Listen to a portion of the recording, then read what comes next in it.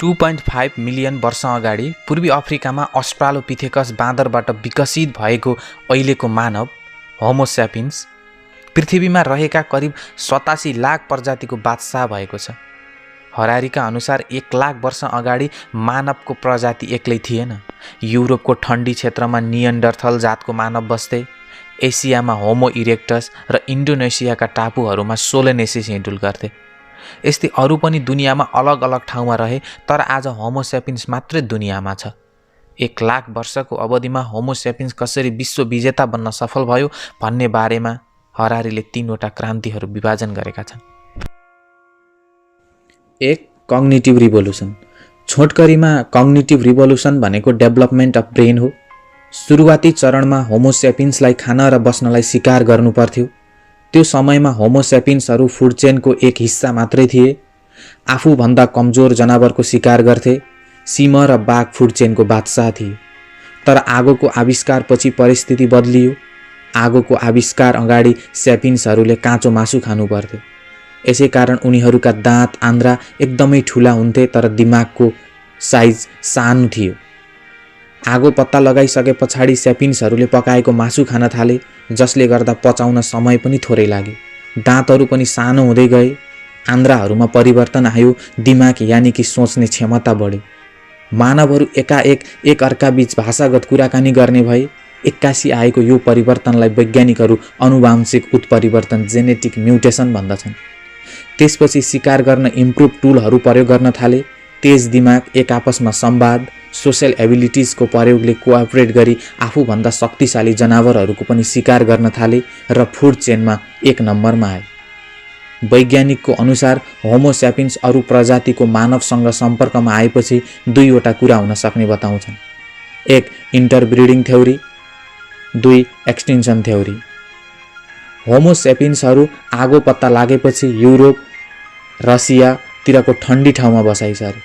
जहाँ जहाँ स्यापिन्स पुग्छन् त्यहाँ ठुला जनावरहरू लोप हुँदै गए, किनभने ठुला जनावरहरू स्यापिन्सले शिकार गर्थे र ठुला जनावर जस्तै हात्तीहरूलाई हुर्कन समय लाग्थ्यो। Agriculture revolution. टर्कीमा धान, मकै, जौँ, नर्थ अमेरिकामा आलु, अफ्रिकामा जौँ र चाइनामा धान जौँहरूको फार्मिङ सुरु भयो, किनभने यी ठाउँमा फार्मिङको लागि चाहिने गाई, भैँसी, बङ्गुर पाइन्थ्यो। फार्मिङ गरेपछि अन्नबाली स्टोर गरेर राख्नु पर्ने भयो। यसै बीचमा घर बनाएर बस्न थाले। जनसङ्ख्या बढ्दै गयो। एग्रिकल्चर रिभोल्युसन अगाडि मासु, फलफुल, कन्दमूल खाएर शरीरलाई आवश्यक पर्ने सबै प्रोटिनहरू पुरा हुन्थे। तर पछि लिमिटेड क्रप्स एन्ड फ्रुट्सले मात्रै डाइट भएन। पहिले हप्तामा 30 घण्टा काम गर्थे भनेपछि हप्तामा 60 घण्टा काम गर्नुपर्ने भयो। पहिले मौसमको कारणले कुनै अप्ठ्यारो पर्दैन थियो। तर फार्मिङ डिपेन्ड्स अन क्लाइमेट। तर पनि फार्मिङ छोडेर हन्टिङ गरेनन्, किनभने gradual change from habit.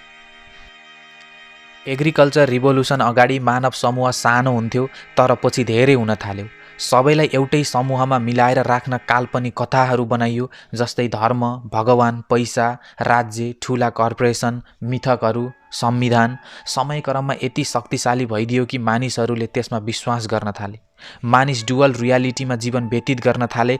Objective reality, nature, river, animals र इमेजिन रियालिटी यानि कि वस्तुगत रूपमा कतै नभेटिने गड, रिलिजन, नेसन, ल आदिमा विश्वास गर्न थाले। बिस्तारै जग्गा जमिनको लागि झगडा हुन थाल्यो। झगडा रोक्न आर्मी गठन गरियो। आर्मीलाई चलाउन प्रमुख बनाइयो। आर्मी सिर्फ लड्ने मात्रै काम गर्ने भएकोले उनीहरूको खानपानका लागि ट्याक्स कलेक्सन सुरु भयो। जनसङ्ख्या धेरै भएपछि एडमिनिस्ट्रेसनको लागि ल सुरु भयो। सोसाइटी बढ्दै जाँदा इमेजिन मिथ बढ्दै गयो। स्मल कल्चर बिस्तारै मेगा कल्चर भयो। मेगा कल्चर सस्टेन गर्नलाई इम्पायर बन्न थाले। अलग अलग कल्चर भएका मान्छेलाई एक गराउन मनी, पोलिटिक्स, रिलिजन सुरु भयो। क्यापिटलिजम, कम्युनिजम र नेसनलिजम आइडियोलोजीले युनाइट्स गर्यो। 3. Scientific revolution.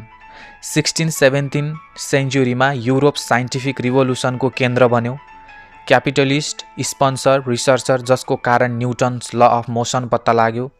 कोलम्बसले स्पेनको रुलरको सहयोगमा अमेरिका पत्ता लगाए र अमेरिकाको र मटेरियल युज गरी स्पेन धनी बन्यो। युरोपमा जोइन्ट स्टक कम्पनीहरू खुले। युरोपले वर्ल्ड रुल गरे। एसियन रुलरहरूले वर्ल्ड एक्सप्लोर गर्ने इन्ट्रेस्ट नै गरेनन्। 4. इन्डस्ट्रियल रिभोल्युसन, औद्योगिक क्रान्ति। स्टिम इन्जिनको आविष्कारपछि हिट इनर्जीलाई मोसनमा परिवर्तन गर्ने टेक्नोलोजीबाट गुड्सको मेकानिकल प्रोडक्सन सुरु हुन थाल्यो। आज हामी जुन समयमा बाँचिराखेका छौँ त्यो इन्डस्ट्रियल रिभोल्युसनले सेट गरेको समय हो। यो समयमा विभिन्न फ्याक्ट्रीहरू खुले, यसै कारण 9 to 5 को जब इन्डस्ट्रियल रिभोल्युसनको देन हो। मान्छेहरूलाई काममा जानको लागि पब्लिक ट्रान्सपोर्ट बनाए। प्रोडक्सन एन्ड ट्रेडमा युनिटी ल्याउनका लागि नेसनल टाइम सेट गरियो। गुड्स त उत्पादन भयो, कसले किन्ने? धेरै मान्छे गरिब थिए। उधारोमा किन्न imagine order credit by now and pay in future system लागू भयो। अहिलेसम्म जति नै प्रगति गरे तापनि मानव असन्तुष्टि नै चुलिएको छ। यति लामो यात्रा तय गरेर यहाँ आएपछि अबको मानव गन्तव्य कता हो? वास्तवमा कसैलाई थाहा छैन। यति धेरै मानव शक्ति केका लागि प्रयोग हुन्छ? आखिर मानव के चाहिरहेको छ? के बन्न खोजिरहेको छ? यसबारे हरारीको दोस्रो पुस्तकमा गरिएको मानव भविष्यको बारेमा भिडियो बनाउनेछु।